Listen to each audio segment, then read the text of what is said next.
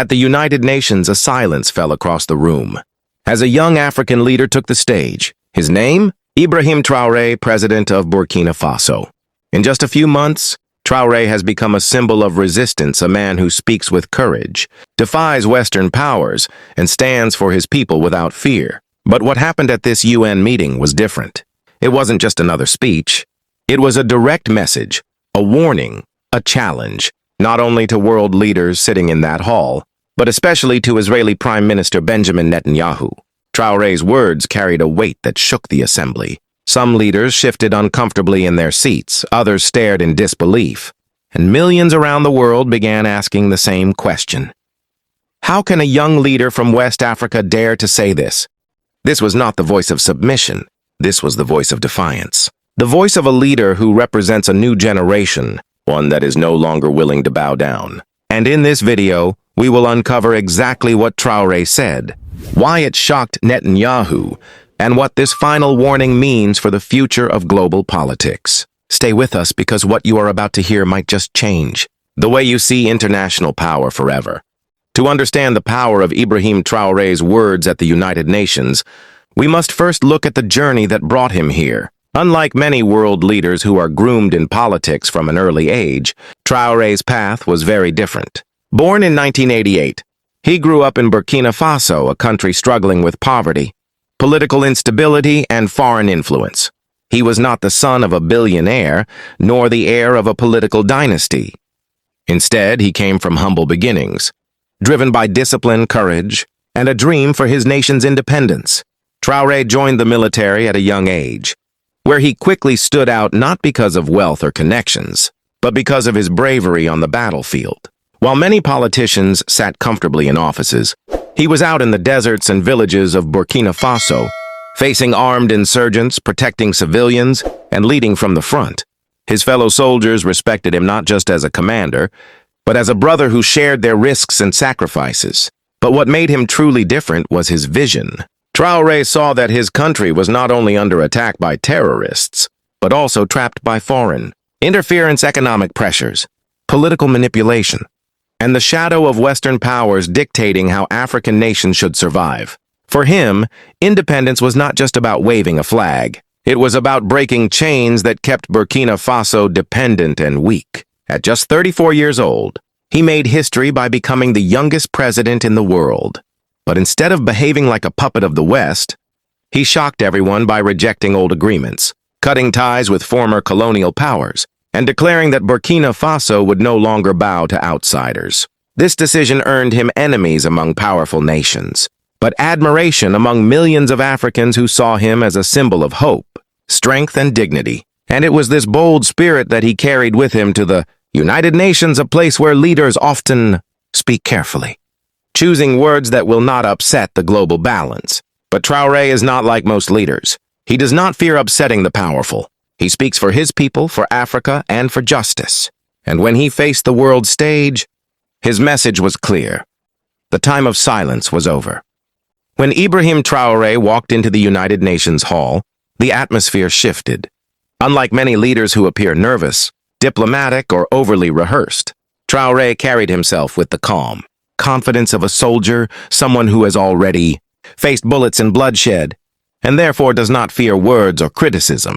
The audience of diplomats and world leaders watched carefully. Some were curious, others skeptical, and a few, especially those who benefit from Africa's weakness, were uncomfortable. As he began his speech, there was no hesitation.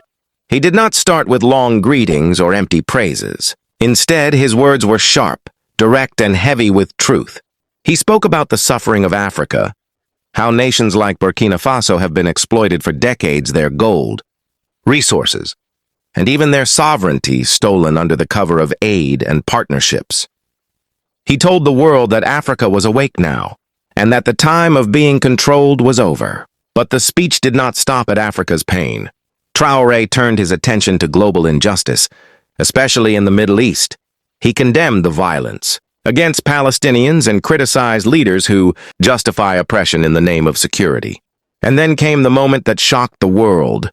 He directly addressed Israeli Prime Minister Benjamin Netanyahu. With steady eyes and a firm voice, Traoré warned Netanyahu that the world was no longer blind. He said that the suffering of innocent people, the destruction of homes, and the silencing of truth could no longer continue. He reminded him and the entire assembly that history never forgives oppression. Empires that once seemed untouchable collapsed because of their arrogance. And if Israel's leadership continued on this path, it too would face consequences, not just from politics, but from humanity itself. What made this moment powerful was not just the content of his warning, but the way he delivered it. He was not reading from a teleprompter written by foreign advisors. He was speaking from the heart, like a soldier on the battlefield, like a son of Africa carrying the voice of the oppressed. Many leaders looked down, some shifted uncomfortably, and a few clapped, but everyone knew they had witnessed something historic.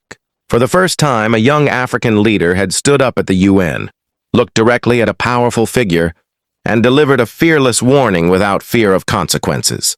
This was not just a speech. It was a declaration that Africa would no longer whisper in the background, and that the oppressed around the world had found a new voice in Ibrahim Traoré. The moment Traoré finished his speech, the United Nations chamber fell into a strange silence. It was the kind of silence that only comes when truth is spoken so clearly, so fearlessly that even those who disagree cannot immediately respond. For a few seconds, no one moved, and then the reactions began. In the hall itself, some diplomats clapped cautiously, others whispered nervously. Representatives from oppressed nations, especially in Africa, Asia, and the Middle East, nodded with respect. They had always wanted someone to speak this truth out loud, but very few had the courage. Now, a young African leader had done it in front of the whole world. But outside the UN walls, the shockwaves were even stronger. Across Africa, social media exploded with pride. Young people posted clips of the speech, calling Traoré the voice of Africa and the lion who roared at the UN. In Burkina Faso, people poured into the streets to celebrate. They felt as if their own pain, their own history, had finally been spoken to the world. For them, Traoré was not just a president. He was a fighter who carried their voice into the halls of power. Meanwhile, in the Middle East, the reaction was one of deep gratitude. Palestinians shared his speech widely, saying that finally, a world leader had broken the silence and dared to call out Netanyahu directly. Traoré became a symbol of solidarity, proof that their struggle was not forgotten. Many Arab nations quietly expressed admiration, though some governments remained cautious, not wanting to anger powerful allies. But not everyone was pleased. In the corridors of Western power, his words were seen as dangerous, too bold, too direct. Some called him reckless. Others labeled him a populist or a radical. News networks in Europe and America debated whether he was challenging global order or speaking necessary truth. And in Israel, government officials reportedly called the speech an attack on their legitimacy, with some demanding that Burkina Faso be punished diplomatically. Yet, the more they criticized him, the more his popularity grew. Every attempt to silence his message only amplified it. Hashtags like Traore UN speech and Africa has risen began trending worldwide. Political analysts compared the moment to legendary. Speeches from revolutionary leaders of the past, voices that could not be ignored. In just one day, Ibrahim Traoré had gone from being the leader of a small African nation to becoming a global figure of resistance, a symbol of courage, and the man who dared to shock the United Nations. History is not made by silence. It is made by moments of courage, moments when one voice dares to say what millions are thinking but are too afraid to speak. That is exactly what happened when Ibrahim Traoré stood at the UN and gave his final warning to Netanyahu. Why does this moment matter? Because for the first time in a long time, the balance of global politics was shaken not by a superpower, not by an empire, but by the leader of a small African nation. A leader who represents the spirit of a continent that has suffered exploitation, colonialism, and betrayal for centuries, yet refuses to remain silent anymore. For Africa, this speech was more than words, it was a declaration of dignity. For too long, African leaders have been pressured to remain quiet, to follow orders from powerful nations, to ignore injustice for the sake of aid and approval. But Traoré's warning signaled a new chapter, that Africa is no longer content to be silent, that it is ready to rise as an equal voice in world affairs. For Palestine, his message was a spark of hope. At a time when many world powers turn away, here was a young African president saying the truth out loud, that injustice cannot be ignored, that silence is complicity, and that leaders who commit oppression must be held accountable. His words connected the struggles of the oppressed from Gaza to Ouagadougou, proving that freedom is universal and resistance is global. But beyond Africa, beyond Palestine, this speech matters for every corner of the world. Because what Traoré did was remind humanity of something very simple, that leaders are supposed to speak for justice, not for power, that the UN is not meant to be a stage for the strong to dominate, but a place where the weak can finally be heard. And maybe that is why his words cause so much fear among the powerful.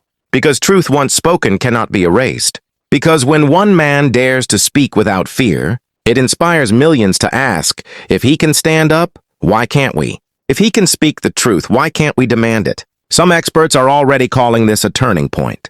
They say the world has entered a new era, where voices from the global south will no longer be ignored, where Africa, long underestimated, may become a moral compass in a time when the so-called great powers have lost theirs. So yes, this matters.